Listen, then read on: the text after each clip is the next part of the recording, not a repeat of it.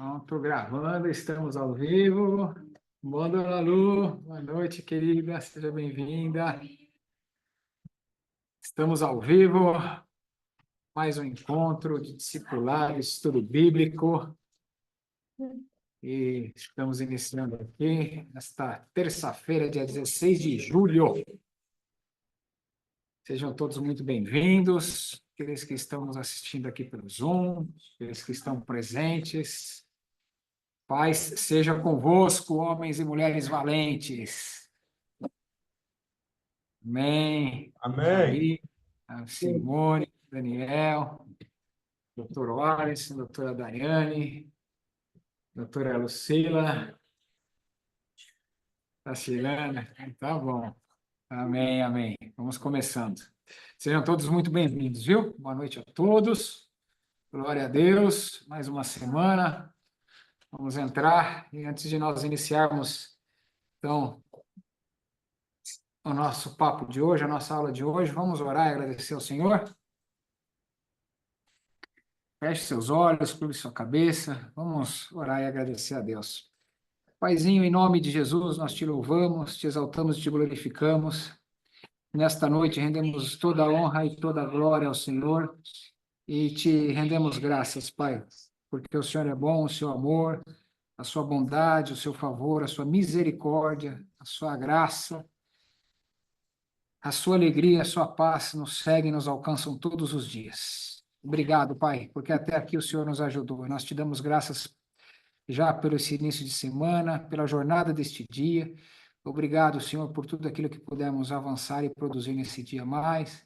Obrigado, Senhor, por saúde plena, força, integridade, vigor, disposição, por sabedoria, por discernimento e por entendimento que o Senhor nos acrescenta para podermos seguir a nossa jornada fundamentados nos desígnios e propósitos do Senhor para as nossas vidas, assim como também sobre os teus princípios, Senhor, e valores. Obrigado por nos ensinar a cada dia, porque o Senhor ensina e dá conhecimento até o mais simples de coração, Pai, e o mais humilde. E nós te agradecemos porque nós carecemos, Pai, aprender com o Senhor, que é manso e que é humilde de coração. E, portanto, Senhor, aqui estamos dispostos a avançar e prosseguir em te conhecer. Segundo a tua palavra nos instrui, que nós devemos conhecer o Senhor e prosseguir em conhecer. E é por isso que estamos aqui reunidos em teu nome, Senhor Jesus. E a tua palavra nos garante que então o Senhor se faz presente. Presencialmente, à distância, não importa, no reino do Espírito não há distância. E estamos reunidos no nome de Jesus. E a palavra, então, nos outorga a garantia de que o Senhor está presente em nós, no meio de nós, e onde o Senhor está presente, há a manifestação daquilo que é a essência do seu atributo e da sua pessoa, que é o amor. Obrigado porque esse amor, ele nunca falha. E esse amor, ele lança fora todos os nossos medos. Esse amor, ele é capaz de nos suportar e nos alicerçar em todos os vínculos de relacionamentos nossos, e ele estabelece, então, um vínculo perfeito de relacionamento. Então, é neste amor que nós queremos prosseguir e entender e compreender as profundezas do teu coração e da tua mente. E eu te peço, Senhor, em nome de Jesus, apresentando a cada família aqui representada, a cada pessoa que está assistindo conosco nesta noite, que está presencialmente, e aqueles que também futuramente assistirão, Senhor, esta aula, que o Senhor nos conceda um espírito de sabedoria e de revelação, trazendo-nos o pleno entendimento e conhecimento do Senhor, que os olhos dos nossos corações sejam abertos e que nós possamos entender o nosso chamamento e nos aprofundar mais e mais na intimidade e no conhecimento do Senhor. Em nome de Jesus, a tua palavra diz que, Senhor, o sábio, ele discerne o tempo e o modo de todas as coisas. Então, Pai, como sábios que somos, porque tememos a Ti, a tua palavra diz que o temor ao Senhor é o princípio da sabedoria, eu te peço que o Senhor nos acrescente, Senhor, este entendimento, esse discernimento do tempo, de modo e de todas as coisas, mais e mais, que os nossos ouvidos, nesse momento, estejam sensíveis e perceptíveis à tua voz e aos teus comandos, Santo Espírito de Deus. Eu te peço que o Senhor nos conduza, deixando-nos e guiando-nos pelo caminho, Senhor, que é o caminho mais excelente do amor, e que, Pai, em o nome de Jesus, nós possamos estar retos e alinhados com o Senhor, no Senhor e diante daquilo que o Senhor falará aos nossos corações nessa noite. Nós te pedimos, Espírito Santo, que o Senhor nos ajude a estarmos atentos, com os nossos ouvidos perceptíveis e sensíveis à tua voz e ao teu comando. Nos dai e nos ajude nesta sincronia, nesta sintonia com o Senhor, com a tua voz. Que nós possamos traduzir, Senhor, essa voz com precisão, com exatidão, e que possamos acolher e guardar a tua palavra no nosso coração, para, conforme a tua palavra também diz e testifica, não pecarmos contra o Senhor. Obrigado, Pai, porque nós carecemos a aprender com o Senhor, que é manso e que é humilde de coração. Porque nós entendemos que o Senhor é a nossa fonte e origem de todas as coisas, que o Senhor é a fonte da única e verdadeira sabedoria, e que, Pai, sem o Senhor nós nada podemos fazer, mas no Senhor nós podemos todas as coisas, porque é o Senhor quem nos fortalece. Então, traga-nos esse fortalecimento através da tua palavra, que é alimento para o nosso espírito, e nos fortalece, para que possamos seguir a jornada e ela não seja suave, não seja longeva, e não seja reta diante daquilo que o Senhor projetou para nós de antemão. Assim, Senhor, eu oro e te agradeço, em o nome de Jesus. Amém e amém. Glória a Deus, glória a Deus. Amém. Amém. Glória a Deus. Olá, tudo bem? Tudo bom? Tudo bem? Seja bem-vinda. Muito bom tê-la aqui, viu? Eu vou sair daqui para te cumprimentar agora, que eu estou aqui armado, viu? Mas seja muito bem-vinda, viu? Amém. Glória a Deus. Então, iniciemos. Estamos aqui numa noite de estudo, iniciando, como eu falei para vocês, esse propósito através do discipulado, que está estruturado através de 8 aulas, trazendo 8 tópicos básicos e principais que vão trazer aqui para nós o fundamento inicial para que nós possamos avançar depois na continuidade dos estudos, através de um aprofundamento um pouco mais específico em cima de cada um dos tópicos. Então, semana passada, nós iniciamos o nosso estudo falando sobre a integridade da palavra, falando sobre a palavra de Deus, trazendo um pouco também da estrutura bíblica, de como a Bíblia é estruturada nos seus livros, nas divisões que ela tem. Falamos também do relacionamento com Deus, e hoje nós entraremos, então, falando um pouquinho mais sobre a comunhão com Deus e com a igreja. Semana passada, nós falamos sobre a Bíblia, sobre a estrutura, como eu falei, entramos um pouquinho, só estou fazendo uma recapitulação aqui, né? Entramos um pouquinho falando das divisões dos livros, das epístolas, dos livros proféticos, falamos sobre a importância da Bíblia, falamos também sobre a importância de termos o hábito de lermos a Bíblia, né? Falando também sobre a pessoa de Jesus, que é o verbo que se fez carne, e como é o envolvimento e a correlação dele com a palavra, que tudo foi criado com ele, para ele, que ele é que sustenta todas as coisas pela palavra, e aí está a importância da palavra, né? E também, principalmente, um ponto que nós tocamos muito, é que nós devemos aprender a julgar tudo pela palavra, né? Que uma das lições mais importantes que nós devemos tomar para nós é que nós temos que aprender em nossa caminhada cristã de analisar tudo aquilo que nós ouvimos e enquadrar tudo aquilo que nós ouvimos pela palavra de Deus. E que disso depende a nossa fé e o nosso crescimento espiritual, né? Porque nós lemos lá em Romanos 10:17, né, que a fé vem pelo ouvir e ouvir a palavra de Deus. Outras traduções dizem que vem pela pregação e pela pregação da palavra de Deus. Então, também a Bíblia nos ensina e diz que sem fé é impossível nós agradarmos a Deus, que esse é o estilo de vida que Deus preparou para o cristão ter. É uma caminhada pela fé, né?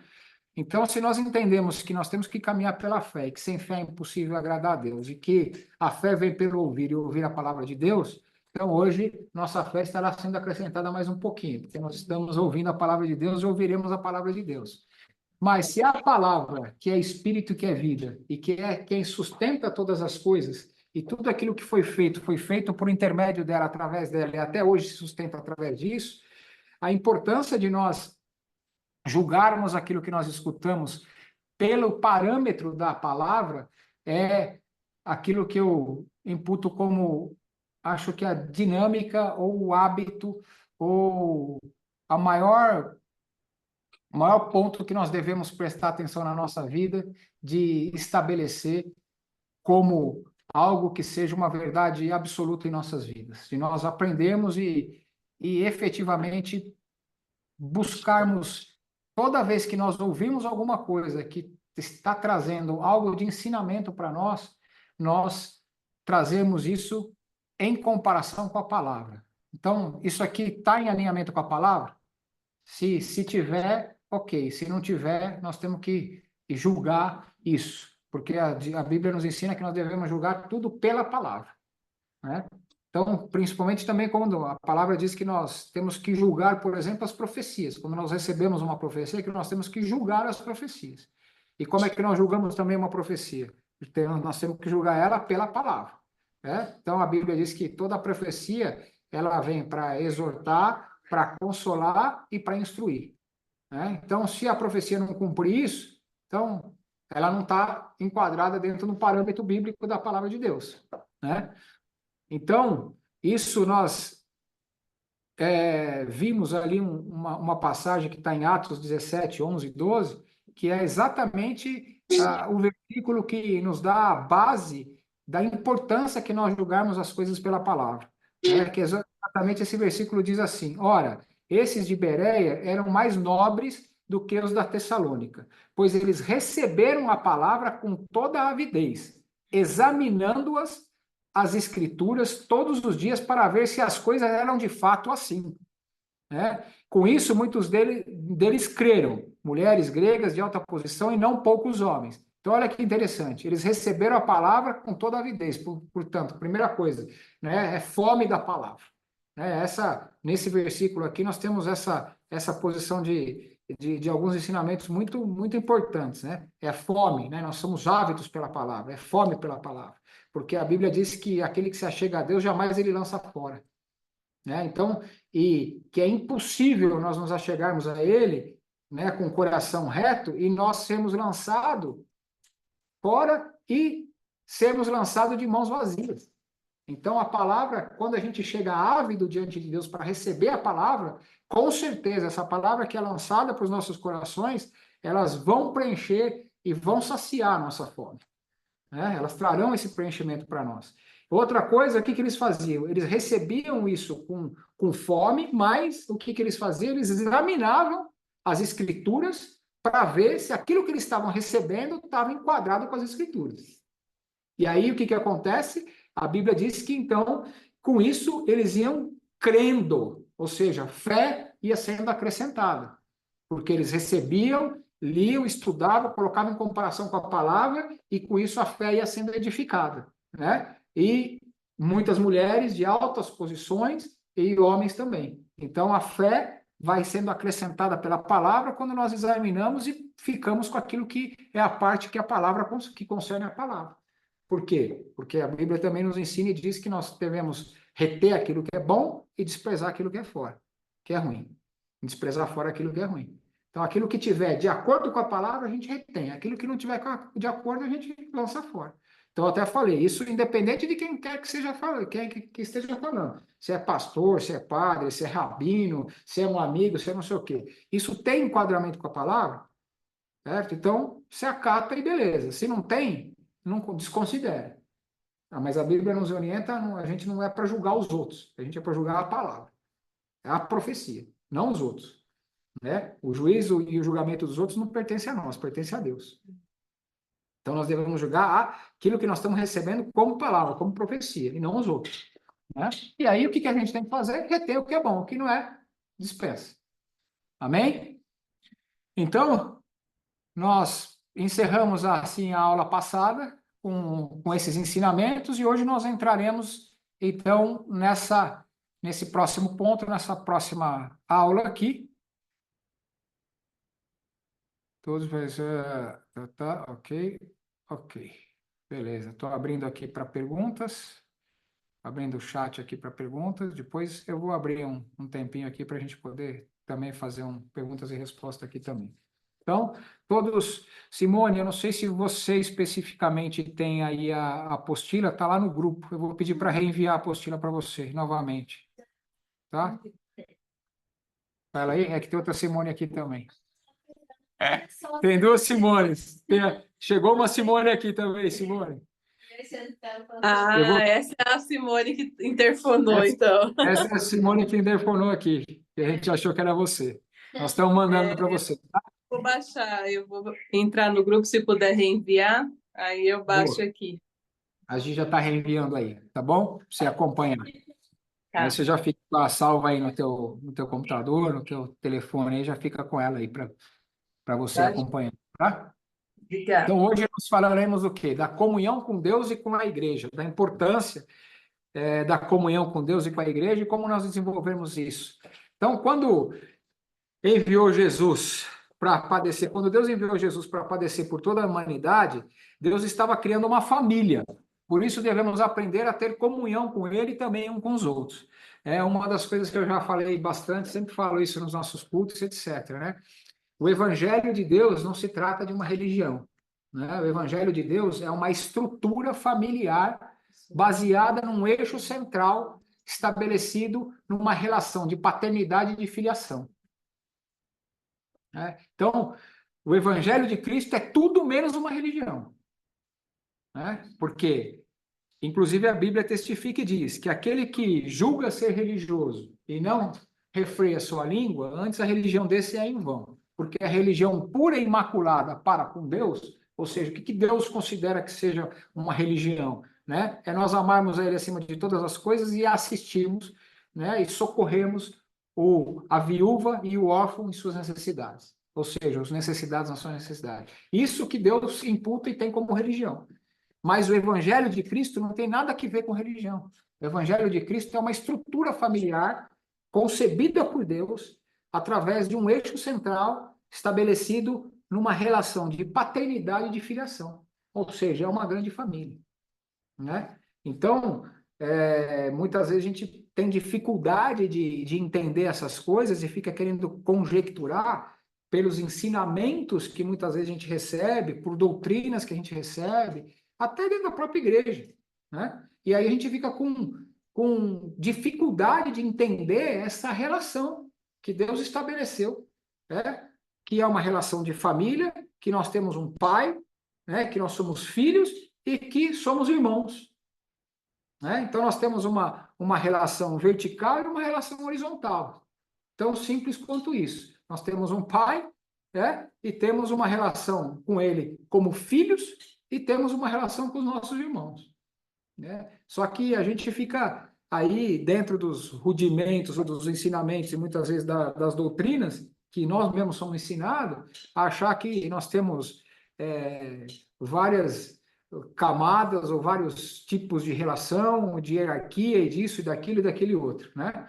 Óbvio, eu não estou dizendo aqui que nós não devemos ou devemos desprezar níveis hierárquicos de liderança, que nós não devemos saber, entender acerca de autoridade e submissão, não é isso, né? Mas a questão do Evangelho, na sua essência, é que nós efetivamente temos que entender que o Evangelho não tem nada a ver com religião, né? Está longe de religião, né? Que a grande estrutura, a grande maioria da estrutura das religiões, o que elas fazem? Elas, na verdade, elas, sob o argumento de levar o homem num relacionamento mais próximo de Deus, na verdade, elas acabam separando o homem e afastando o homem cada vez mais de Deus, né? Porque existe dentro de todas as religiões um compilado, um grande compêndio, né, de regras, de estruturas e de doutrinas de homem, né, que muitas vezes acabam distorcendo e até levando para longe daquilo que a própria palavra de Deus estabelece, né? Então, na verdade, você acaba sendo expelido, né, da relação com Deus em vez de ser aproximado dessa relação com Ele, né? Então, Leiam o texto base aí comigo, lá em Efésios 2, 18 e 19, diz assim: porque por ele ambos temos acesso ao Pai em um espírito. Por ele quem? Por Cristo Jesus. Assim, já não sois estrangeiros e peregrinos, mas concidadãos dos santos, e sois família de Deus. Certo? A base bíblica para que nós entendamos que o evangelho se trata de uma família está aí Paulo instruindo os Efésios 2,18. Nós somos cidadãos dos santos e sois famílias de Deus. Né? Então, vocês já pararam para pensar por que a Bíblia fala que o Senhor é o Senhor dos senhores, né? E é o Santo dos santos? Porque, de fato, se nós, vamos estabelecer um raciocínio aqui, se nós estamos em Cristo, Ele está em nós, né? E Ele é Senhor, Ele é o cabeça, e nós somos membros do mesmo corpo, numa analogia, e aí eu quero quebrar alguns bezerrinhos de religiosidade, né? Então, nós também somos o quê? Somos os Jesusinhos nessa terra.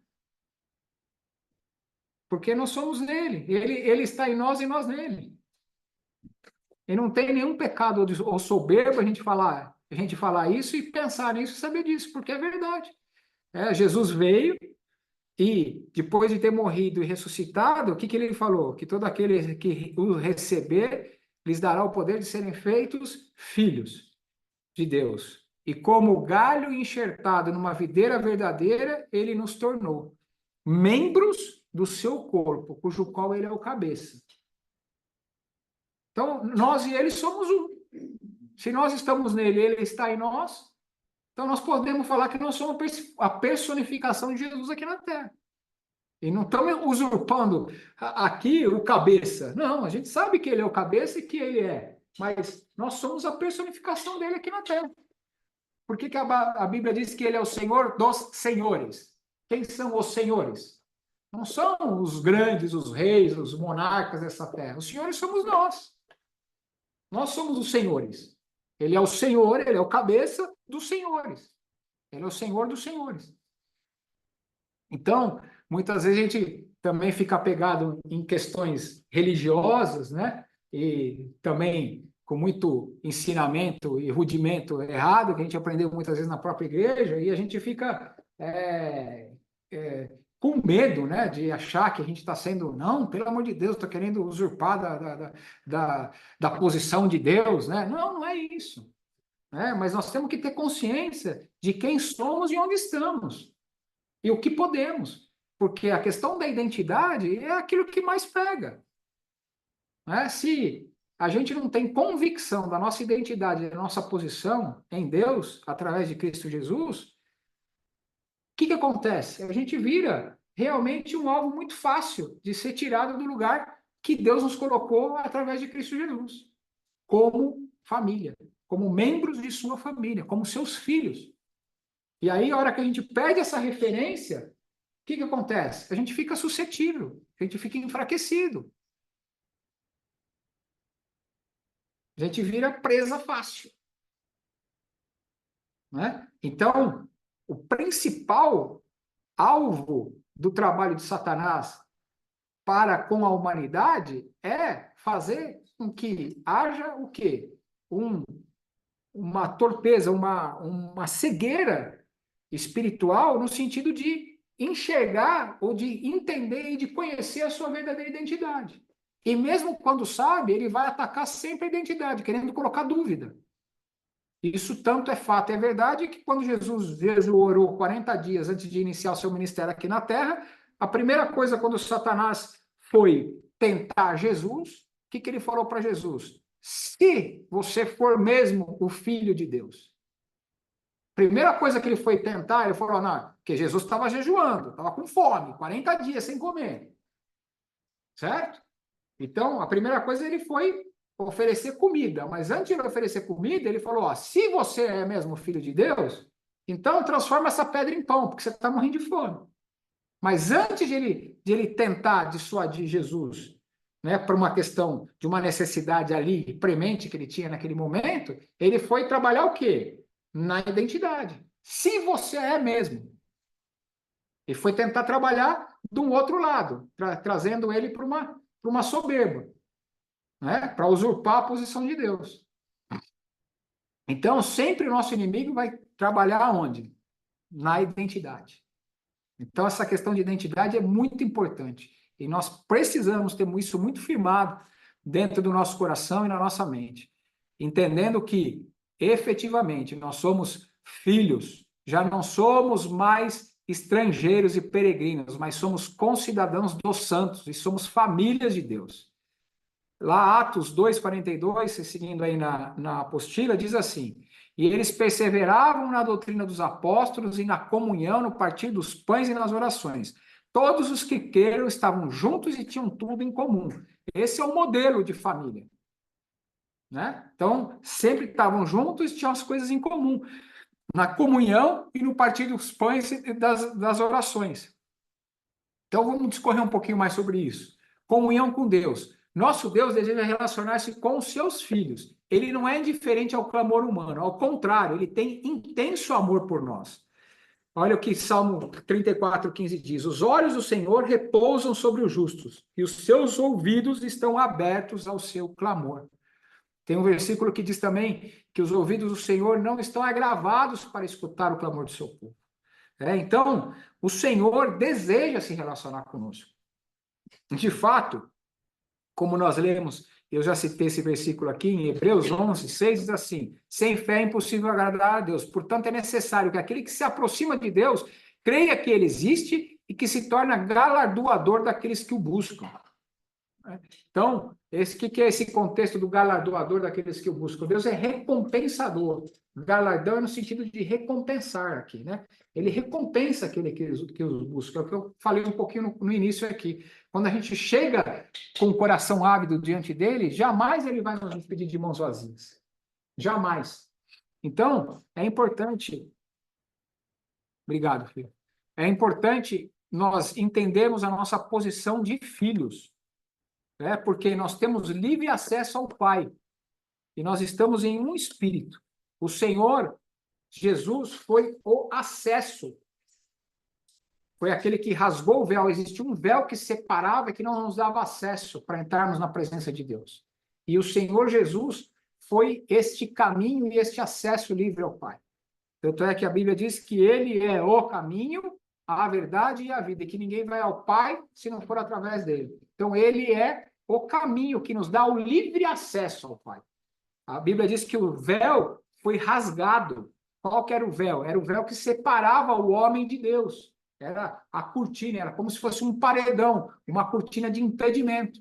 Tanto é que no Antigo Testamento, antes da vinda, morte e ressurreição de Cristo, né, os únicos que podiam se achegar a Deus ou conversar com Deus eram sacerdotes, que eram o representante de Deus para com os homens, né? E Deus se manifestava para os sacerdotes num lugar específico, que era o lugar do tabernáculo, que um lugar específico no miolo do tabernáculo, no centro do tabernáculo, que era o Santo dos Santos, que era um lugar específico onde Deus se manifestava para falar com o sacerdote, para dar instruções para o povo. Então, esse acesso ele não era livre, era para pouquíssimas pessoas. E mesmo assim, você tinha que cumprir todo um ritual. Já uma vez ensinei já isso para vocês também, os sacerdotes eles tinham que ir com um cordão amarrado na cintura com sino, porque se ele tivesse em pecado, ele entrasse na presença de Deus no Santo dos Santos, ele era consumido naquele momento, descia fogo do céu e ele morria de fato. E aí puxava, se o sino saísse tocando, já era. Puxava o sininho, só estava o sino. O camarada não estava mais lá.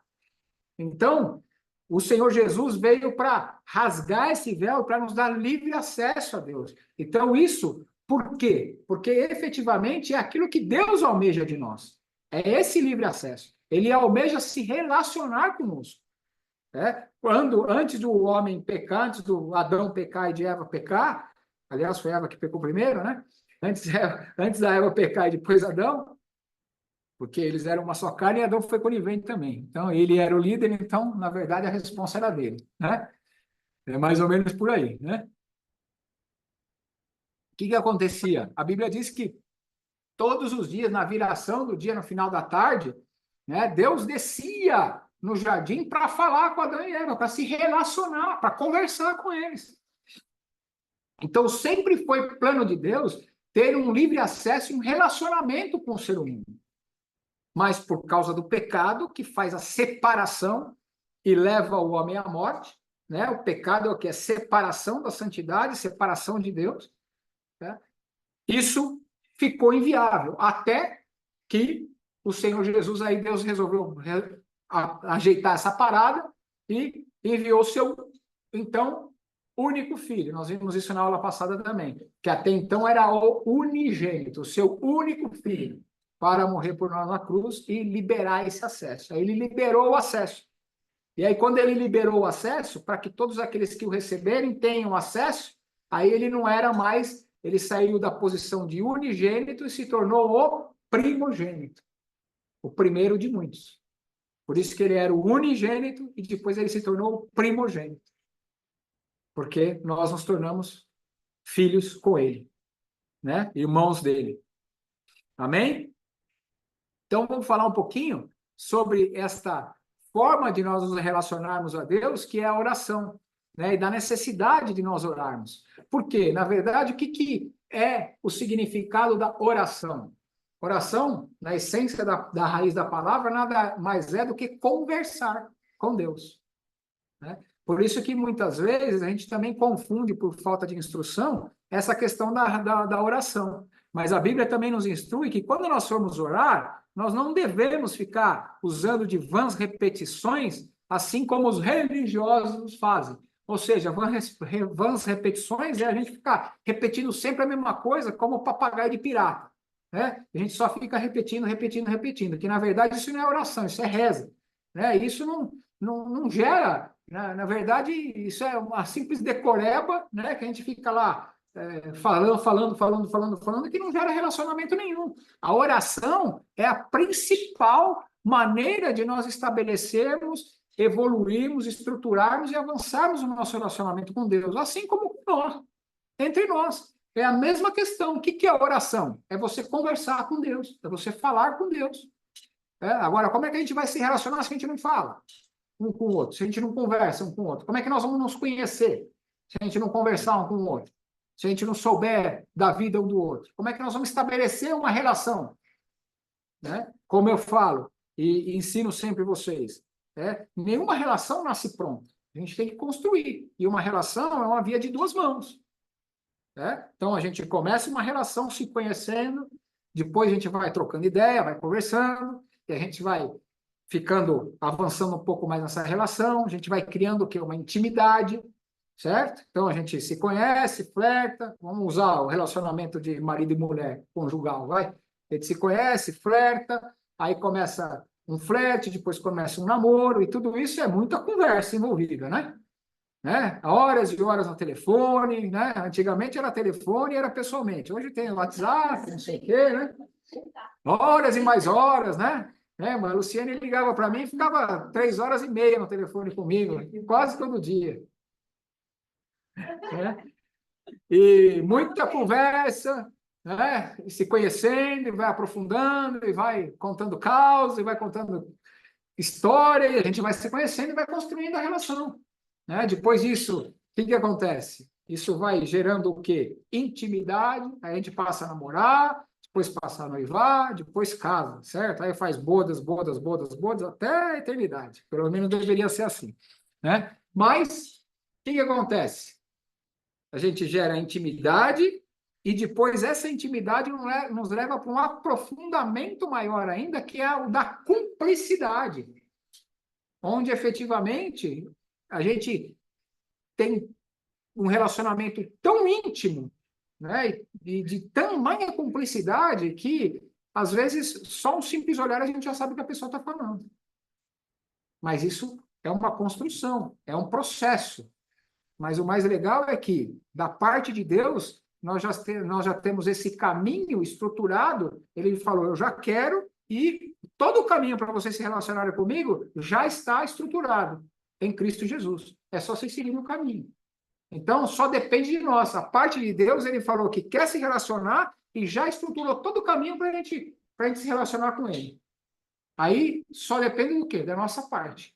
E a principal estrutura do relacionamento é o quê? A conversa. Então, a oração é algo primordial na vida de um cristão, na vida de um filho de Deus. Porque não dá para a gente se relacionar com o nosso pai e não conversar com ele. A gente precisa conversar, precisa trocar ideia, precisa contar como é que foi o nosso dia, o que está nos afligindo, o que a gente está pensando, o que a gente quer, o que a gente não quer, pedir conselho, pedir orientação, pedir instrução. Precisamos conversar. Então, a oração é uma base estrutural primordial na construção da relação com Deus. Amém? Então, poucas coisas são mais importantes na vida cristã do que a oração. A oração é ter comunhão com Deus, é estar ligado com Ele, é unir-se ao céu, é unir o céu à terra. Isso que é oração. Esse é o momento de principal comunhão com o Pai.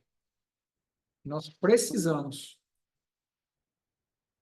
estar em oração e ter uma regra prática de vida de oração.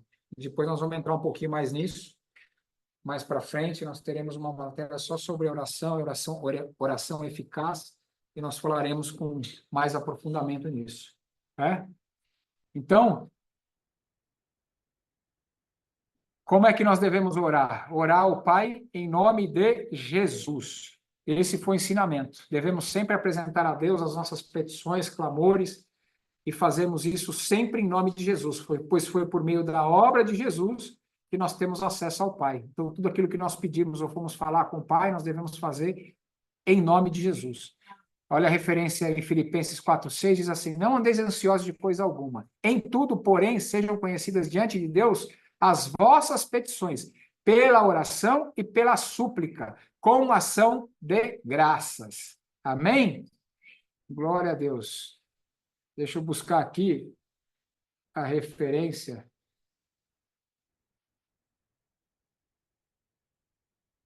Para dar para vocês.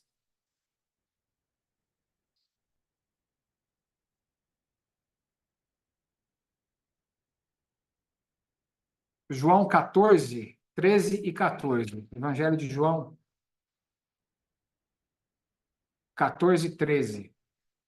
E tudo quanto pedirdes em meu nome, Jesus falando, eu o farei, para que o Pai seja glorificado no Filho. Se pedirdes alguma coisa em meu nome, eu o farei.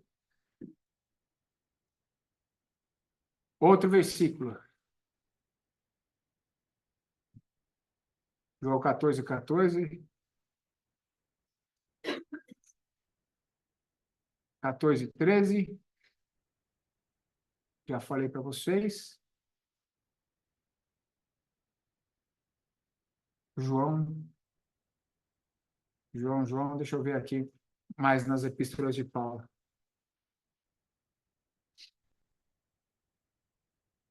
Olha que interessante o que Paulo falou aos Colossenses. Colossenses 3,17. Diz assim: e quando fizerdes por palavra ou por obras, fazei tudo em nome do Senhor Jesus, dando por ele graças a Deus, o Pai. Então, tudo que nós pedimos, tudo que nós fazemos, nós devemos fazer em nome de Jesus, pedir em nome de Jesus. Amém?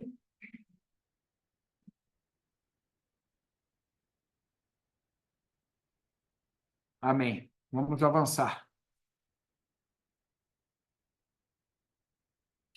E João 16, né? Tudo que pedir, se pedir alguma coisa ao Pai, ele vai considerar. Até agora nada tem de pedir em meu nome. Pedir e receber para que a vossa alegria seja completa. Está aqui a instrução, João 16, também 23.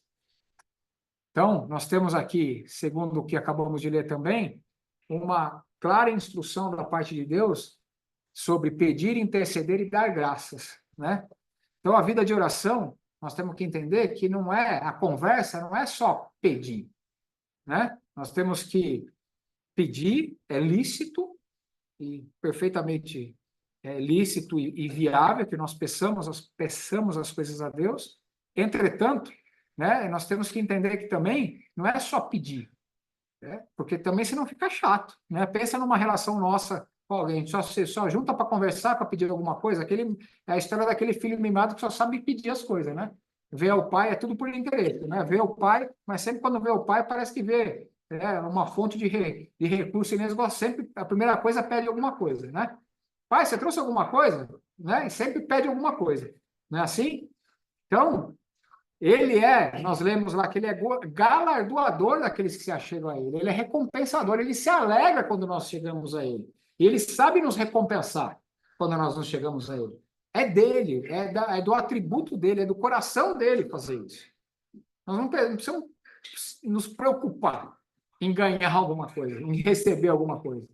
A Bíblia mesmo a palavra dele está dizendo que se a gente já chegar a ele, né, ele vai nos galardoar, ele se alegra em receber isso. Quantas vezes a gente, como pai, por exemplo, não sai em viagem, o filho nem pediu alguma coisa, mas a gente sempre pensa no filho e traz um presente para o filho, porque a gente tem alegria em fazer isso. Né? Então, é intrínseco isso, certo? Mas tem alguns irmãos que só sabem pedir. E isso é muito chato, é muito ruim, porque pensa numa relação que você só pede. É uma relação muito rasa. Entendeu? Não que Deus não vai atender, entendeu? Mas a questão não é essa. Deus quer mais. E a gente tem muito mais. Porque se a gente entender o nível de profundidade e intimidade que a gente pode ter com Deus e que a nossa fonte, a nossa origem está nele, e que nele nós somos mais do que vencedores e temos todas as coisas, somos concidadãos dos céus. E que todo o ouro e toda a prata está confiada a ele, que ele é dono de todo o céu, da terra e de tudo e todos que não há, que é nele, que nós somos nele, filhos, herdeiros disso tudo. O que a gente precisa pedir? A gente não precisa pedir nada, a gente só precisa acessar, na verdade, porque a herança já é nossa. A questão é que a gente não aprende a acessar. Nós só precisamos acessar, porque já está tudo disponível. Agora, Deus não vai confiar acesso a determinadas coisas se nós não tivermos maturidade para lidar com essas coisas. É a mesma coisa que um pai que é multitrilionário nessa terra, pega, sei lá, o homem mais rico, o Jeff Bezos lá da Amazon, ou pega o Elon Musk, pega os homens mais ricos dessa terra. Aí vamos supor que esse camarada tem um filho lá de 10 anos, 12 anos de idade. E ele tem condição de dar o que ele quiser para esse filho. E esse filho está querendo aprender e ama carro. Aí você acha que esse filho vai pegar, esse pai vai pegar, se ele tiver o mínimo de consciência, ele vai comprar uma Ferrari e dar a chave da Ferrari na mão desse filho para ele dirigir. Ele tem 10 Ferraris na garagem. As 10 Ferraris são do filho. É dele, é do filho. Certo? Mas o filho pode pegar a Ferrari e sair dirigindo? Não pode, porque ele não tem condição ainda, ele não está habilitado para isso ainda. Ele não está capacitado para isso, então. Então, para nós acessarmos o nosso quinhão e a nossa herança, que a gente tanto almeja, também nós precisamos o quê? Avançar numa maturidade suficiente para poder acessar isso. E Deus conhece o nosso coração. E Ele sabe da estrutura que nós temos. E no final das contas, o que Ele quer? Ele quer, o que Ele deseja é que nenhum de nós se perca. Então, se tiver alguma coisa que está ali separado para nós, que a gente queira acessar e que nós temos acesso, mas que ele vai ver que isso vai nos prejudicar, ele não dá acesso. Então, quem abre a porta do acesso é o nosso nível de maturidade. Essa é a real. Então, a vida de oração não é apenas pedir a Deus, mas a Bíblia nos diz que existem vários tipos e níveis de oração. Entre elas está a oração de intercessão, que é orar por outras pessoas, a de ação de graças, que é o reconhecimento da atuação de Deus. Então, nós temos que entender que nem diz Paulo aos Efésios aqui, nós devemos viver uma vida de oração. Esse é um estilo de vida nosso. Então, com toda oração e súplica, orando em todo tempo, no Espírito, e para isso vigiando em todas a perseverança e súplica em todos os santos. Essa é a instrução que Paulo deu aos Efésios, lá no capítulo 6, versículo 18.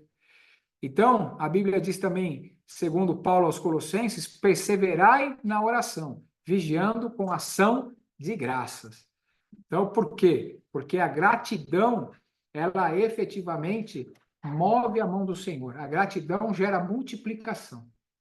Essa é uma grande chave que Deus nos ensinou, né? Jesus, quando foi partir o pão para alimentar 5.000 pessoas, fora as mulheres e as crianças, né? Ele pegou o pão e agradeceu, e tendo dado graças, ele partiu o pão.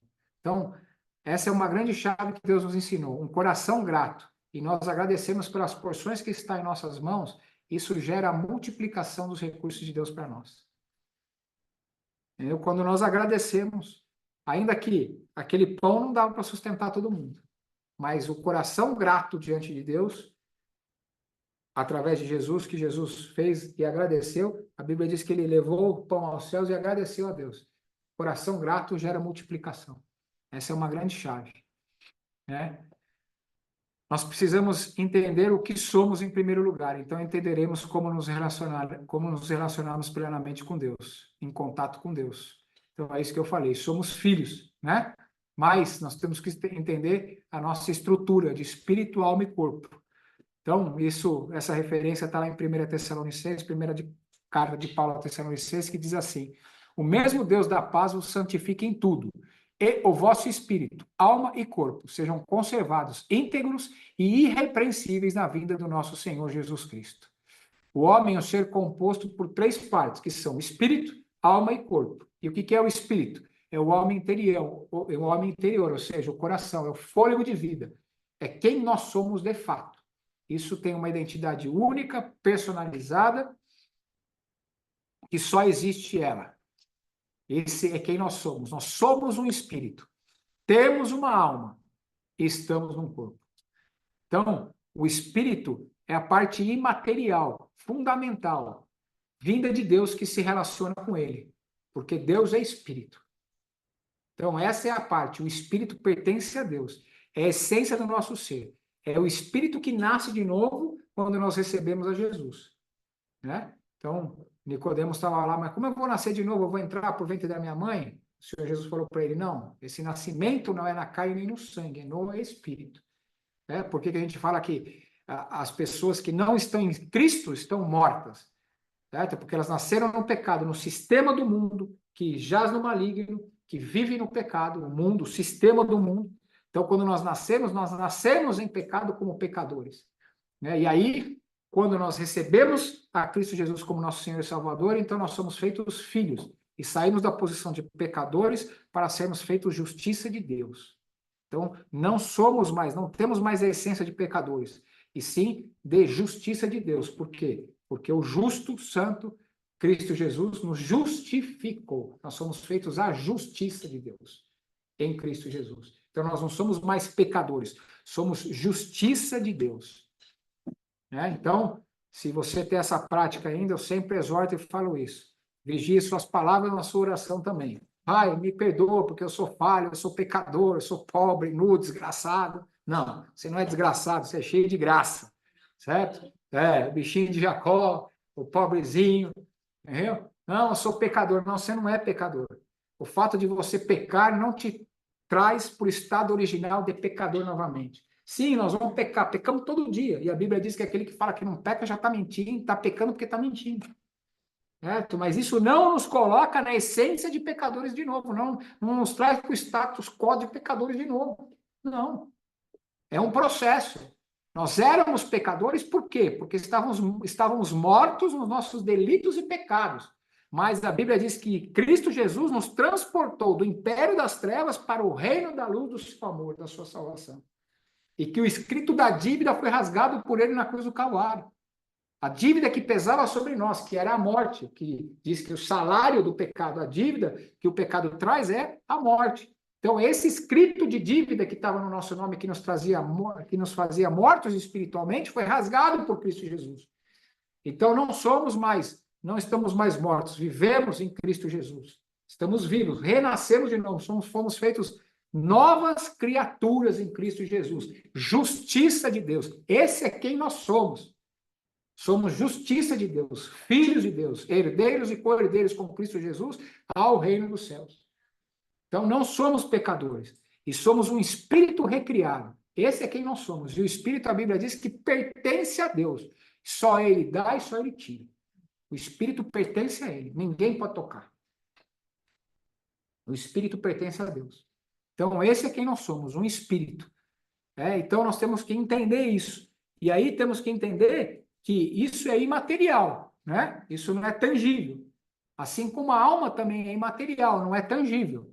Mas a alma é o que nos compõe como personificação de pessoas nessa terra. São os nossos sentimentos, as nossas vontades, o nosso intelecto, a nossa personalidade, as nossas emoções, os nossos sentimentos, as nossas ações. Isso que compõe a nossa alma.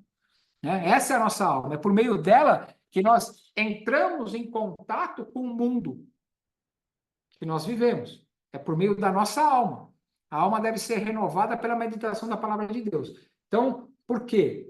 Os nossos pensamentos, os nossos sentimentos, as nossas emoções, nós temos que entender que é a nossa alma, através dos nossos sentidos que estão no nosso corpo, que nos dão contato com o mundo. A alma é a parte imaterial e o corpo é a parte material. Mas a alma é que vai trazer realmente esse contexto de tudo aquilo que nós pensamos, sentimos, imaginamos, reagimos, que são as nossas emoções.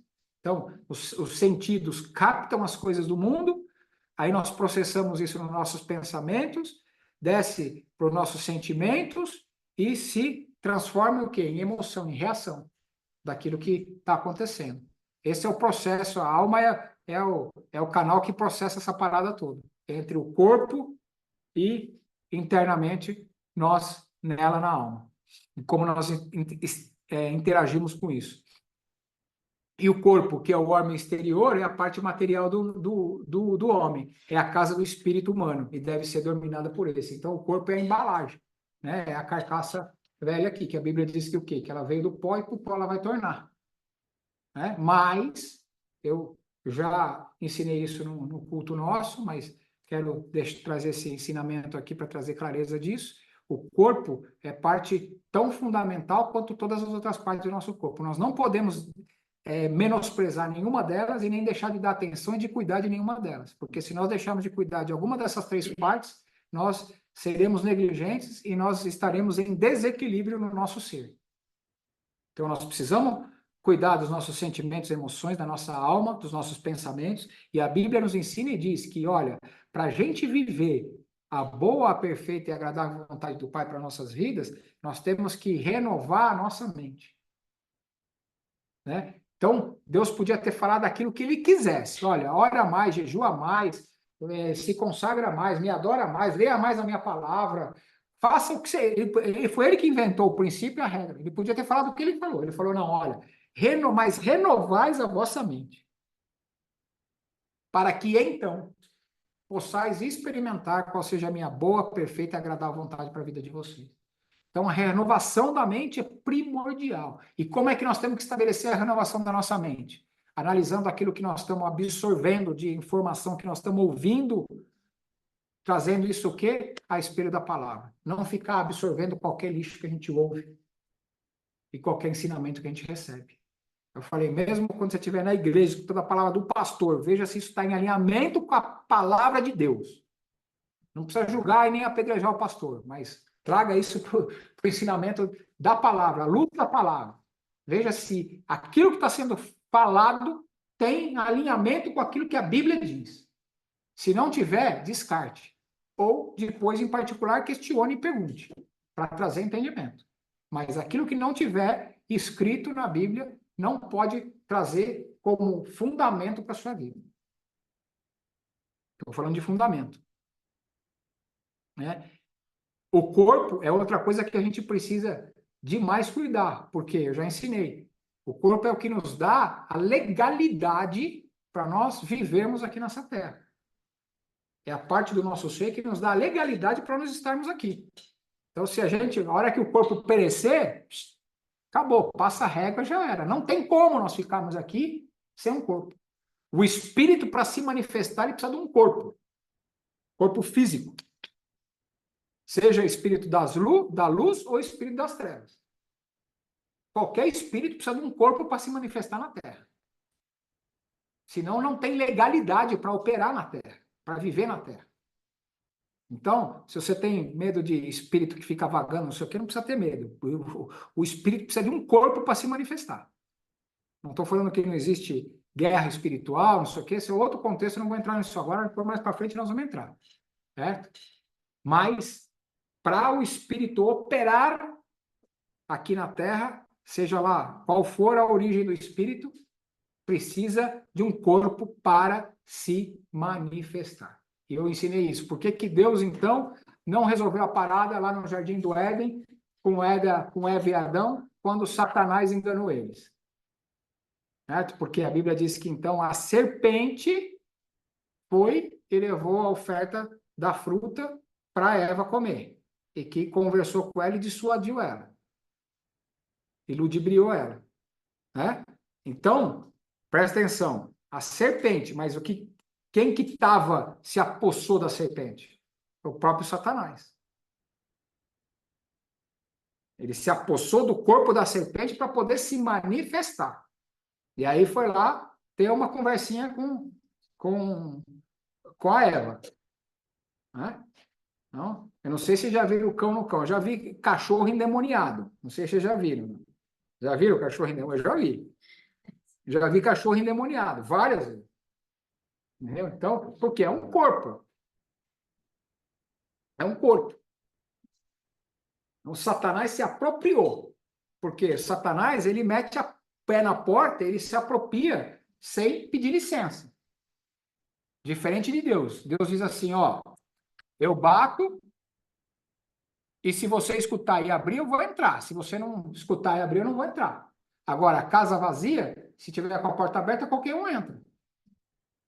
Casa vazia é casa de ninguém. Certo? Agora, Satanás não pede licença. Ele mete o pé na porta, arromba a porta e entra. Deus não. Deus pede licença. Deus é um cavalheiro, é um gentleman. Ele pede licença para entrar. Por isso que ele nos deu o livre-arbítrio. Se quiser. Se quiser e me ouvir. Então, por que que Deus não resolveu a parada naquele momento? No Jardim do Éden? Porque Deus é um espírito. E Adão e Eva, por não estarem em pecado, eles tinham livre acesso a Deus. Porque eles não tinham pecado ainda. E por isso que eles se relacionavam com Deus tete a tete todo dia na viração do dia. Eles não estavam mortos ainda. Espiritualmente. Eles morreram espiritualmente depois que pecaram. Tanto é que aí não puderam mais se relacionar com Deus. Perderam acesso a Deus. E por que que Deus não resolveu a parada ali naquele momento com Satanás? E resolveu tudo e zerou a conta. Por quê? Porque Deus é um espírito. E ele estava em espírito se relacionando com os filhos. Ele não estava num corpo. E ele não transgride os princípios dele. Ele estabeleceu o princípio que o corpo era a maneira legal para estar aqui nessa terra. E ele não estava no corpo. Por isso que ele falou, ó, você falou para Satanás, você fez toda essa bagunça aqui agora, né? Beleza, mas fica tranquilo, porque vai vir um que vai vir nascido de mulher e vai pisar na tua cabeça. Vai morrer, vai descer na profundeza, vai pisar na tua cabeça e vai levar a chave da morte. Pode ficar tranquilo. Por isso que Jesus, então, veio nascido de mulher, veio num corpo físico que nem o nosso, para ter legalidade de operar aqui nessa terra. E aí, em Jesus, a obra se completou. Porque Deus não transgride os princípios dele.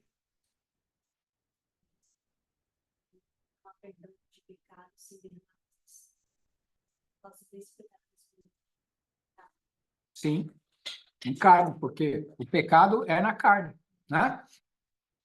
Ele nasce na alma, né? Se manifesta na carne. Muitas vezes, né? Isso no Antigo Testamento, mas aí Jesus subiu um pouco a régua, né? Depois, quando Jesus veio, né? Na verdade, ele falou: se você, por exemplo, se você adulterar, você está pecando, né?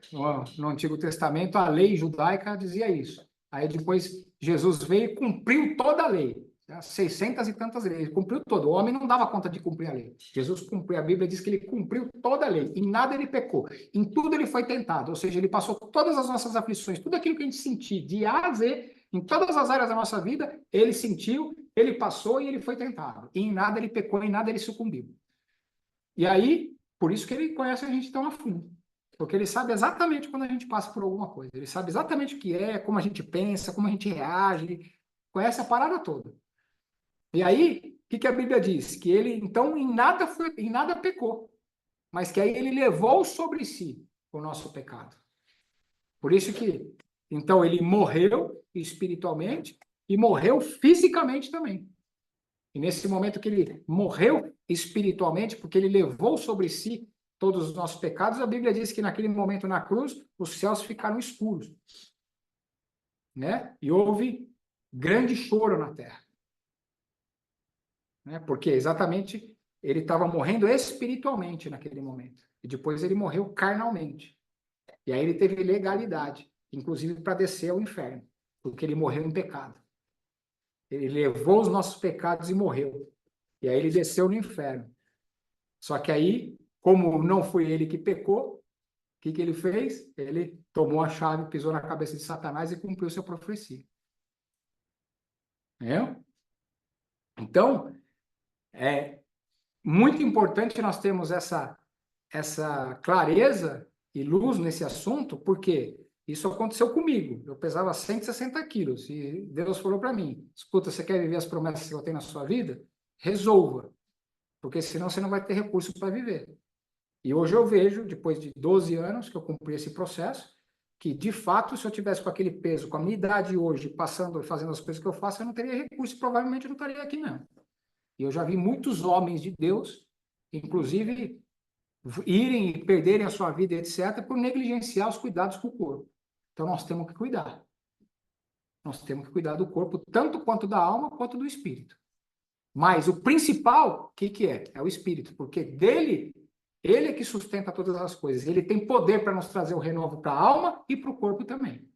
Isso não nos exime de, mas prioritariamente, aquilo que a gente tem que dar mais atenção, aquilo que a gente tem que priorizar acima de tudo, como primícia e como prioridade, é o espírito. Porque o espírito fortalecido, ele nos eleva em todo o tempo. Amém? Mas aquele que se une ao Senhor é o espírito com ele, está lá 1 Coríntios. Porque a palavra de Deus, Hebreus, diz que é viva e eficaz, mais cortante de qualquer espada, de 2 gumes, que penetra até o ponto de dividir alma e espírito, juntas e medulas, que é apta para discernir pensamentos e propósitos do coração do homem. Ou seja, alma e espírito são coisas indivisíveis, né? Mas a palavra de Deus tem poder para penetrar entre a alma e o espírito. Então, olha aqui falando do corpo, né? Romanos 12.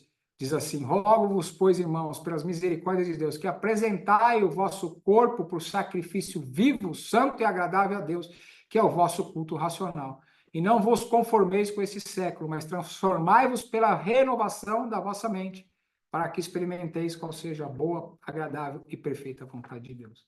Então, olha aqui, apresentando o nosso corpo como sacrifício santo, vivo, santo, suave e agradável, que é o nosso culto racional. O que nós estamos fazendo aqui hoje, quando nós nos reunimos para cultuar Deus? Estamos prestando culto racional. Agora, nós não tivemos que fazer sacrifício? Vocês não estão aqui assistindo pela internet, vocês não estão aqui presencialmente, a gente não está se sacrificando aqui com o nosso, nós não tivemos que estar aqui fisicamente, nós estamos apresentando um sacrifício vivo, suave e agradável a Deus. Por quê? Porque a gente podia estar fazendo qualquer outra coisa, nós estamos nos dispondo a fazer isso, estamos nos sacrificando a fazer isso. E isso é ver o verdadeiro culto a Deus, que Deus recebe como verdadeiro culto a Ele. É apresentar o nosso corpo como sacrifício vivo, santo e agradável a Ele. E aí ele fala, não se conforma, ou seja, não se amolda com os rudimentos desse século, outras versões dizem desse mundo. Então a gente não tem que se amoldar com os princípios e os valores desse mundo. Mas nós temos que fazer o quê? Transformar, a gente tem que se transformar através do quê? Da renovação da nossa mente. Para que então, é o versículo que eu falei para vocês, para que então a gente experimente qual seja a boa, perfeita e agradável vontade de Deus. Então, eu tive que renovar minha mente, entender que eu precisava cuidar do meu corpo, certo? Eu não me amoldei com o sistema do mundo, os rudimentos do mundo, tive que transformar a minha mente, moldar ela, para que eu possa hoje experimentar a boa, agradável vontade, perfeita vontade de Deus na minha vida. Porque senão, estava na roça. Né?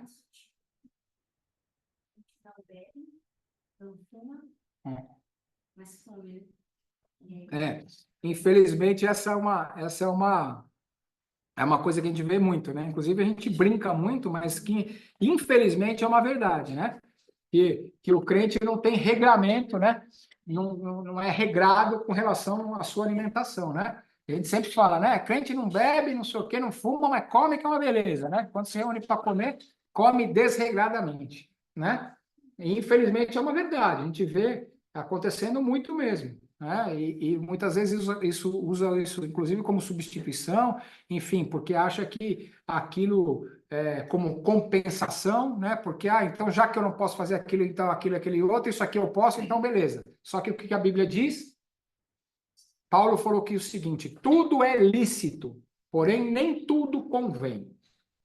Só que aí, falar, tudo bem, não convém, mas o que tem a mais, o que não convém eu comer besteira, porcaria, comer um pouco a mais, não sei o quê, tá tudo bem. A Bíblia diz que glutonaria é pecado.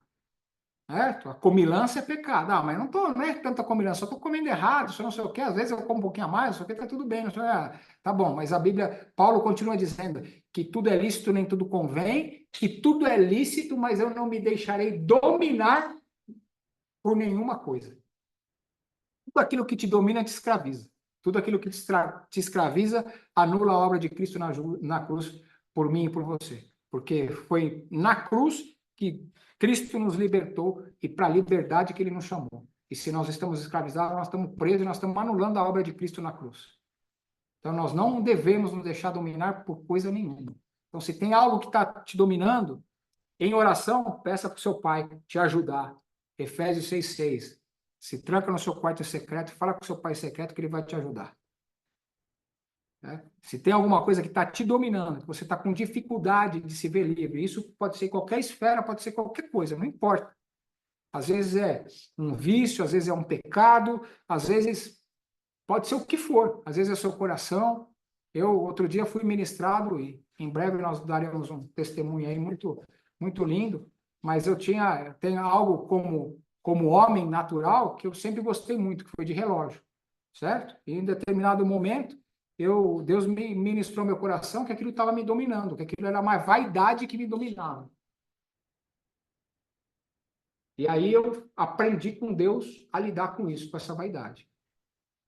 Primeiro eu fiquei sem nenhum relógio, aí depois Deus me liberou para eu comprar todos os relógios de novo, comprei vários relógios, eu gosto de relógio bom e coisa de crente mesmo, pentecostal, coisa boa, mesmo cara de valor agregado. Aleluia! Oh, glória a Deus, aleluia. E aí, eu vi um glória a Deus aí também, tem alguém que gosta aí também. Inclusive, eu posso atestar, pessoal, aqui, ó. Tem que honrar a vida aqui, ó. Meu sogro aqui, esse relógio aqui, ó. Esse relógio aqui foi presente do pastor aí. Honra sua Amém. vida aí, hein, pastor. Glória a Glória. Deus. Amém, amém. Glória a Deus. Obrigado, Dani. É isso aí. Mas é o seguinte, nesse momento eu tinha uma caixa, coleção de relógios. E aí, todos esses relógios, Deus provou meu coração. Porque todos os meus relógios melhores e mais caros, eu semeei todos. Todos eles. Foram alguns milhares de reais de relógio que foram semeados. E Deus não me deixou ficar com nenhum. Relógio e caneta. Duas coisas que todas as minhas canetas, que eu tinha uma coleção de caneta também, eu semeei. Só fiquei com uma, que está aqui, ó, que foi essa daqui, eu pedi para Deus e ele me liberou para não, que eu não precisava semear, porque essa daqui não era nem a mais cara, mas essa daqui foi Dona Lu que me deu, uma Ombla. Essa daqui tenho ela guardada porque ela me deu de presente de Dia dos Pais ou de aniversário, não lembro. Mas foi ela que me deu com carinho, com uma surpresa, não sei o quê, e essa daqui, Deus me permitiu ficar com ela. Mas todas as outras minhas canetas eu semeei. E todos os meus relógios eu semeei. Porque Deus me permitiu comprar tudo de novo Mas aí ele mandava semear, para ver se meu coração estava no negócio mesmo ou não. Não vou dizer que teve algumas vezes que o coração tremeu, né? Mas eu cumpri. Né? E sabe o que está acontecendo? A Bíblia diz que todo aquele que dá, recebe, e aquele que semeia, colhe. Né? E a colheita está voltando. Eu vou dar esse, não vou estragar aqui, porque eu vou dar esse testemunho em breve para vocês. Só estou esperando Deus nos liberar. Mas eu vou dar esse testemunho para vocês, eu e a Lu. E é assim que Deus faz. Então, tudo aquilo que nos domina, nós temos que tomar cuidado. E às vezes pode ser um relógio, pode ser uma caneta, pode ser uma coisa boba, um chapéu, uma bolsa, sapato para as mulheres, sei lá o quê. Pastor, Oi? eu posso contar um testemunho rapidão? Pode, segura um pouquinho só, Dan, eu já passo para você. Estamos terminando aqui, eu vou abrir para testemunho, para pergunta e resposta, tá bom? Aí você na hora você já toma aí, você é a primeira palavra, tá bom? Tá bom, tá bom. Obrigado. Então, nós temos que entender que, como Paulo falou aqui, eu esmurro meu corpo e o reduzo à escravidão para que, tendo pregado a outros, não venha eu mesmo a ser desqualificado. Ah, isso é forte, hein? Né? Então, eu submeto o meu corpo à escravidão para quando eu estiver falando para vocês, eu não venha eu mesmo a ser desqualificado. Então, é o que eu estou falando para vocês. Nem tudo deixar. Eu estou dando um exemplo, acabei de dar um exemplo meu para vocês, né? Para que eu não seja desqualificado. O que é desqualificação? Não adianta eu falar para você fazer aquilo que eu falo, mas eu não fazer aquilo que eu falo. Faço o que eu falo, mas não faço o que eu faço. Isso me desqualifica perante Deus. E aí é problema, hein? Então, nós temos que entender que Deus é espírito, né? E que nós devemos o adorar em espírito e verdade. Essa referência está lá em João 4, né? Esse é um texto muito claro a nos revelar a forma pela qual entramos em contato com Deus e podemos adorá-lo, que é em espírito e em verdade. E um fato importantíssimo, que é uma outra maneira de nós nos relacionarmos com Deus, estruturarmos a nossa relação com Ele, é através da igreja. E eu vou trazer isso para nós começarmos a encerrar aqui. Então, veja o que está escrito lá em Hebreus 10, 24 e 25. Consideremos-nos também uns aos outros, para nos estimularmos ao amor e às boas obras. Não deixemos de congregar-nos, como é costume de alguns. Antes, façamos-nos admoestações, e tanto mais quanto vedes que o dia se aproxima. Então, veja que essa instrução é, na verdade, uma ordenança de Deus, né? Que nós não devemos deixar de congregar, como é costume de alguns. Então, Deus estabeleceu a igreja para nós congregarmos. Ok? Em quais dias eu posso congregar? Por exemplo, os nossos cultos acontecem às quintas-feiras. Né? E aí se estabelece algo que é tremendo, que é o quê? Quando nós congregamos, nós estamos nos expondo num ambiente propício, preparado especificamente para aquilo. Então, o fato de nós congregarmos é uma das maneiras que Deus criou para agregar uma forma de nós nos relacionarmos com Ele. Ela não é melhor ou não é pior, ela não é a única, mas ela é complementar. Porque quando nós congregamos, nós estamos reunidos em nome de Jesus, a Bíblia diz que então a presença de Jesus ela é manifesta quando nós nos reunimos em nome dele. E aí existe e se estabelece o quê? Um poder coletivo, uma unção corporativa, uma unção coletiva, que é a junção dos poderes que Deus nos deu individualmente. Né? E ele só opera quando nós estamos juntos, como nós estamos agora. Então, é diferente os meus momentos de individualidade, de intimidade com Deus, de oração, de adoração, de estudo da Bíblia, de louvor, e seja lá qual for aquilo que eu estiver, a maneira que eu estiver me relacionando com Deus individualmente. jejuando, orando, estudando a palavra, e uma coisa não substitui outra, uma coisa complementa a outra. Porque a unção individual é uma, a unção corporativa é outra. A unção corporativa é a junção das unções. É do corpo. E isso nós só experimentamos quando nós nos reunimos para cultuar, para congregar em nome de Jesus. Então, aí a Bíblia diz, um tem salmos, outro tem adoração, outros tem profecia, outros tem palavra de revelação, outros tem palavra de sabedoria, e assim, essas unções, os dons, os ministérios vão se manifestando aonde? Na congregação, na igreja. E isso traz a edificação do corpo, porque o Senhor distribuiu os dons, os ministérios, para que nós edifiquemos o corpo. Então, tudo aquilo que Deus nos deu como dons e ministérios, a Bíblia nos ensina que é para edificar o corpo de Cristo, é para edificar os irmãos. Então, um edifica o outro. E isso só acontece aonde? Na igreja. Por isso que nós temos que congregar, por isso que nós temos que estar na igreja. Uma coisa não substitui outra, uma coisa complementa a outra. E hoje, infelizmente, existe uma estatística crescente de crentes desigrejados. Eu, quando era católico, eu falava que era católico não praticante. Eu ia na igreja quando tinha alguma obrigação de ir, ou quando o calo apertava, eu queria pedir um socorro de algum jeito, quando eu tinha que fazer alguma coisa nesse sentido. Mas eu não tinha o hábito de fazer isso. Eu não fui ensinar, eu falava que eu sou católico não praticante, porque eu não ia na igreja.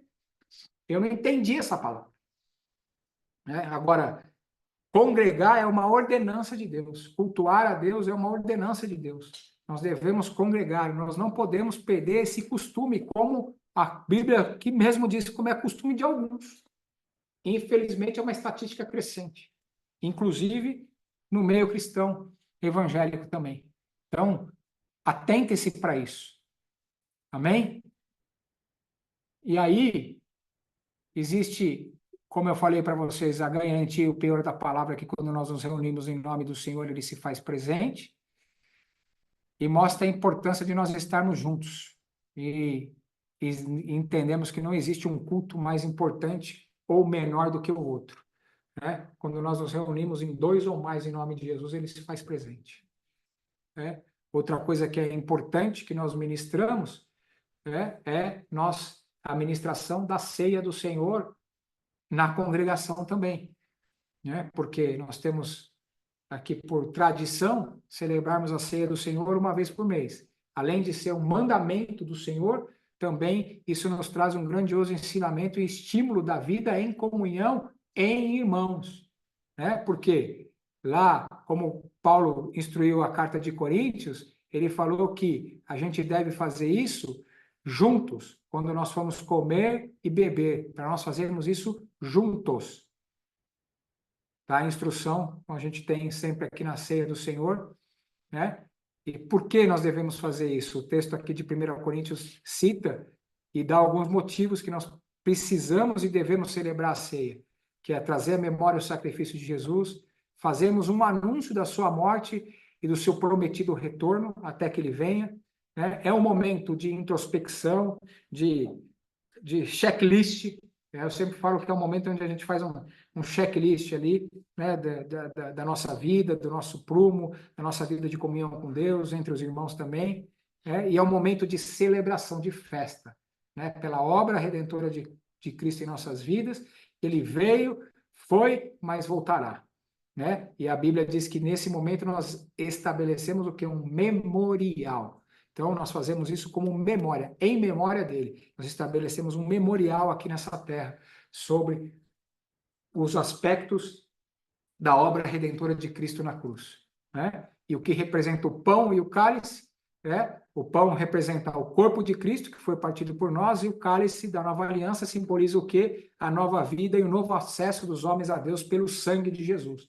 O vinho representa o quê? O sangue de Cristo vertido na cruz, que é por causa do sangue, que nem a Dai citou há pouco tempo, que sem sangue não há remissão de pecados. Então, por causa da lei judaica, e porque dizia a lei, e o Senhor cumpriu toda a lei, ele verteu o próprio sangue e por isso que ele é chamado de Cordeiro de Deus, né? Porque pela lei judaica, para fazer a cobertura do pecado, precisava pegar um cordeiro puro, imaculado, ou seja, sem pecado Cristo, e o cordeiro bicho, né? Animal, que não tinha nenhum tipo de defeito físico, né? Então era esse tipo, era um cordeiro novo, que não tinha defeito físico, né? Não tinha desgaste, não tinha defeito físico, era o sangue deste cordeiro. Mas na antiga aliança, né, pegava o quê? O sangue do cordeiro, do animal, né, e então fazia-se o sacrifício.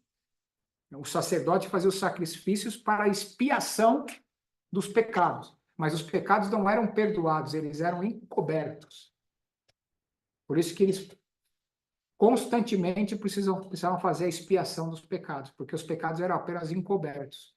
Mas em Cristo Jesus, os pecados foram perdoados. E o acesso para o perdão é o arrependimento.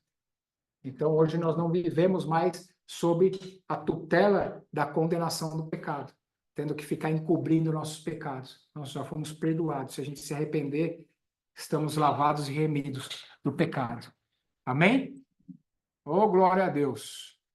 Então, eu sempre estudo com relação à participação da Bíblia, que não existe na Bíblia qualquer restrição para se participar da ceia, haja vista que qualquer pessoa pode celebrar o sacrifício de Cristo. De qualquer forma, né, o que a Bíblia nos instrui? Que não é de muito valor em alguém que não crê em Cristo participar dessa celebração. Uma preocupação comum a respeito disso é se as crianças podem participar, mas a palavra de Jesus acerca do lugar das crianças no reino do céu falam por si só. Jesus, porém, disse: deixava os pequeninos, não os embaraceis de vir a mim, porque dos tais é o reino de Deus, é o reino dos céus, né? Então, há muitos ensinamentos e muitas doutrinas erradas com relação a isso, né? Entretanto, o que a gente instrui? Que, segundo a instrução de Paulo, a gente tem um entendimento que, aqui no versículo 23 em diante, diz assim: examine-se, pois, o homem a si mesmo, assim como a do pão e beba do cálice, porque pois quem come e bebe sem discernir o corpo, come e bebe juízo para si mesmo. Então, eu vou participar do corpo, versículo 29 de 1 Coríntios 11. Então, se eu não acredito em Deus e não acredito na obra redentora de Jesus Cristo, e não estou em Jesus, ou não recebi Jesus como meu Senhor e Salvador, eu não discerno o corpo. Por quê? Porque eu não estou no corpo. Eu só posso discernir o corpo se eu estiver no corpo, né? Eu não fui feito filho e não fui feito membro do corpo. Para ser feito filho e para ser feito membro do corpo, eu preciso estar no corpo, né? Então, eu não tenho discernimento do corpo. E aí, o que acontece? Eu como e bebo para o meu próprio juízo. E aí, depois, Paulo continua falando: por isso há muito dentre vós que dormem, e esse sentido muitos doentes e que dormem. Por isso a palavra diz que aqui esse sentido de dormir é que morrem mesmo, porque tomam um juízo para si mesmo, porque não discernem o corpo. Então, se submetem às leis espirituais de Deus, mas não entendem disso, então continuam fazendo as coisas contrárias às questões dos princípios e dos valores de Cristo. E aí quer estar em comunhão com Cristo, mas chama juízo para si mesmo. Então, a Bíblia diz que não pode? Não, a Bíblia diz que não pode, mas diz que é bom você se examinar e, se você não discernir o corpo, não tomar juízo para você mesmo. Agora, se você é filho e está no corpo, né? E aí as crianças, né? Não embaraça as crianças de se chegar a Deus, porque delas é o reino de Deus, né? E se os pais, né, estão em cobertura, são os líderes em cobertura das crianças, né? Eles são autoridade sobre elas e elas ainda não têm o suficiente, a consciência suficiente para entender e discernir o corpo, mas se os pais que são cobertura delas e discernem o corpo, então deixa as crianças irem. Certo? Porque quem é responsável? Os pais que discernem o corpo. Certo? Então a cobertura delas é através dos pais. Então, não impeça as crianças de ir. Amém? Glória a Deus. Então, chegamos ao final aqui, extrapolamos aqui uns 8 minutinhos, porque também nós começamos 15 minutos atrasados aí. Estava esperando a galera se plugar, demos uma colher de chá, então nós demos uma colher de chá no começo e damos uma agora no final também. Mas se não tivesse sido nosso atraso, teríamos finalizado em cima da pinta novamente. Mas está valendo. Então vamos abrir aqui para quem quiser. Dani, você queria dar um testemunho? E Opa, também para quem quiser fazer pergunta depois, eu quiser fazer alguma observação, fica aberto aqui esse momento e eu vou também deixar aberto para quem está aqui presencialmente com a gente. Fica à vontade, Dani. pessoal, boa noite, tudo bem? Eu queria dar um testemunho aqui bem rapidão, não vou tomar muito tempo. Todo mundo sabe aqui que eu vivo de música, que eu vivo de áudio, vivo da arte em si, né? A arte, quando a gente fala arte, não é dizer que o cara é artista estrelinha, mas a gente produz arte. E eu lembro de uma vez sobre essa questão de dar, sobre essa questão de abençoar, né? Eu estava num culto do pastor Massal, cheguei a contar isso para ele anos depois, né? E eu tinha exatamente R$ 20, assim, nessa época, cara, eu era bem, né, bem regradinho, assim, tinha pouco recurso, mas o pastor, na época, levantou uma oferta falando que a gente precisava honrar a vida do ministro, que ele tinha vindo de longe, né, tinha abençoado muito a nossa vida e a gente precisava honrar ele, né, a gente precisa realmente honrar quem vem em nome do Senhor, principalmente quando a gente recebe algo, né, e eu não tinha essa cultura, né? Então, naquela hora, Deus falou comigo assim: dá o que você tem mesmo. E aí, nesse dia, eu dei realmente os únicos R$ 20 que eu tinha ali, né? Era exatamente isso, R$ 20. E para vocês terem uma ideia, eu não ia ter nem recurso para voltar para casa, mas Deus proveu, né? E hoje, pela infinita misericórdia de Deus, Deus tem me dado a oportunidade de viver daquilo que eu amo fazer, né? E eu vejo que Deus cada vez abre mais e mais portas, assim, pela infinita misericórdia de Deus, né? O que eu quero dizer com isso? Muitas vezes a gente está lá com aquilo na mão, seja dinheiro, seja é, um celular, seja um computador, seja qualquer objeto, mas aquilo está ganhando o nosso coração. Aquilo está ali tirando um espaço, né, que era para ser aberto para a generosidade entrar mesmo, né? Porque a generosidade ela abre portas, né? A generosidade ela realmente escancara as portas do céu. E hoje eu tenho recebido essa bênção do Senhor. Então, eu estou contando isso aí para incentivar vocês a realmente abrir o coração mesmo para Deus, abrir o coração mesmo para a generosidade, porque Deus, ele é um Deus que realmente ele recompensa os seus filhos. Eu não estou falando isso para vocês tomarem isso como moeda de barganha. Não é isso, não é sobre isso. Sobre a gente viver, por exemplo, o que acontecia em Atos 2, né? As pessoas, elas repartiam entre si, né? Elas viviam em comunidade, né? Então, é isso, pessoal. Amém. Amém. Glória a Deus, Dani. Amém. É sobre isso. Né? Um coração generoso é um coração que acessa o coração de Deus, né? Glória a Deus por isso. Isso é um princípio espiritual, é importante. Nós vamos entrar mais sobre isso também. Tem aqui uma das nossas aulas dessa parte do discipulado, nós vamos falar sobre dízimo e oferta, e depois nós entraremos mais profundamente sobre essa questão de semeaduras, os tipos de oferta. Existem vários tipos de oferta, as questões, qual o significado, qual a diferença entre dízimo e de oferta, por que dízimo, por que oferta. Existe uma confusão muito grande doutrinária, inclusive acerca de dízimos, né, que existem aí várias correntes doutrinárias falando sobre dízimo. Nós vamos trazer luz sobre isso para que nós tenhamos clareza e possamos ser ministrados por Deus acerca disso também, né, e nós vamos avançar. E glória a Deus pela sua vida, Dani, e pelos ensinamentos de Deus para com você e por compartilhar conosco. A Bíblia diz que os testemunhos edificam. Glória a Deus por isso. Alguém mais? Alguma pergunta? Alguém quer fazer alguma pergunta? Passa agora o cálice para sempre. Eita! Ninguém quer fazer pergunta? Ou a aula foi boa pra caramba, ou ninguém entendeu nada, ou vocês estão com sono. Eita, Glória! Dona Viviane, quem é a senhora? Conta para mim. Quero saber quem é a senhora, que eu estou vendo o seu rostinho lindo aqui e eu não conheço a senhora pessoalmente ainda.